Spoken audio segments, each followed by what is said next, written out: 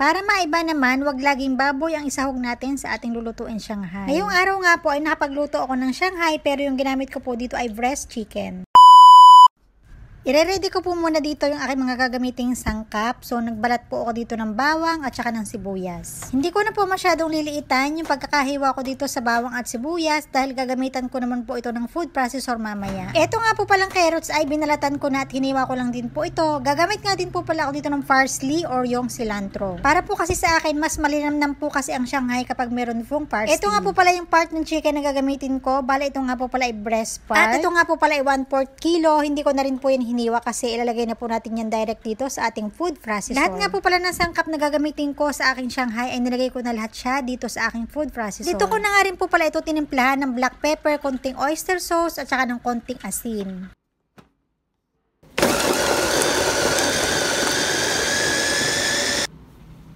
Natapos ko na nga po palang gilingin lahat ng mga sangkap. So ito na nga po, inilabas ko na rin yung aking gagamiting wrapper sa ating lumpia. At yung nabili ko nga po pala na wrapper ay medyo maliit siya ng kaunti pero okay lang. Saktong bite size lang kapag kakainin na. Kaya naman po hindi ko na po ito pinatagal. Nag-start na nga po ako dito magbalot. So ganyan lang po akong magbalot ng Shanghai. Saktong-sakto lang po yung size nito.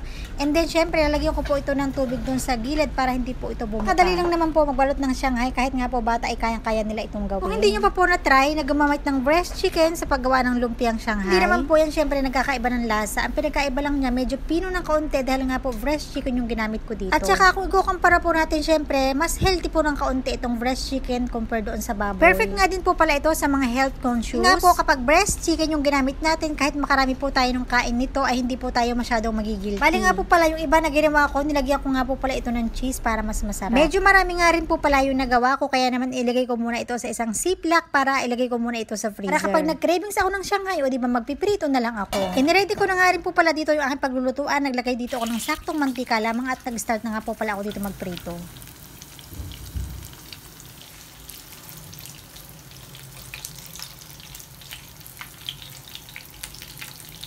Yung apoy ko nga po pala dito ay nakaset lamang sa low fire para hindi naman po ito masunog. At kapag ganito na nga po yung kulay, medyo golden brown na siya, ay pwede na po itong hanguin. Hati ko na nga rin po pala ito sa gitna para naman syempre mas madami. Ito rin po kasi kadalasan yung nakikita ko sa mga handaan, hinahati nila yung Shanghai sa gitna. Ganyan kasi nga gaya-gaya ako, charis. So ito na nga po pala yung ating Shanghai. Masarap po itong kainin habang mainit pa. Syempre, ang perfect na sausawa ng ating lumpia ay itong sweet chili sauce. Sobrang bagay talaga nila sa isa't isa. Mas makakatipid nga po pala tayo dito ng konti kasi mas mura po yung manok compare doon sa kilo ng baboy. Kain na po tayo. Di hamak din naman po na mas healthy talaga yung manok compare doon sa baboy, di ba?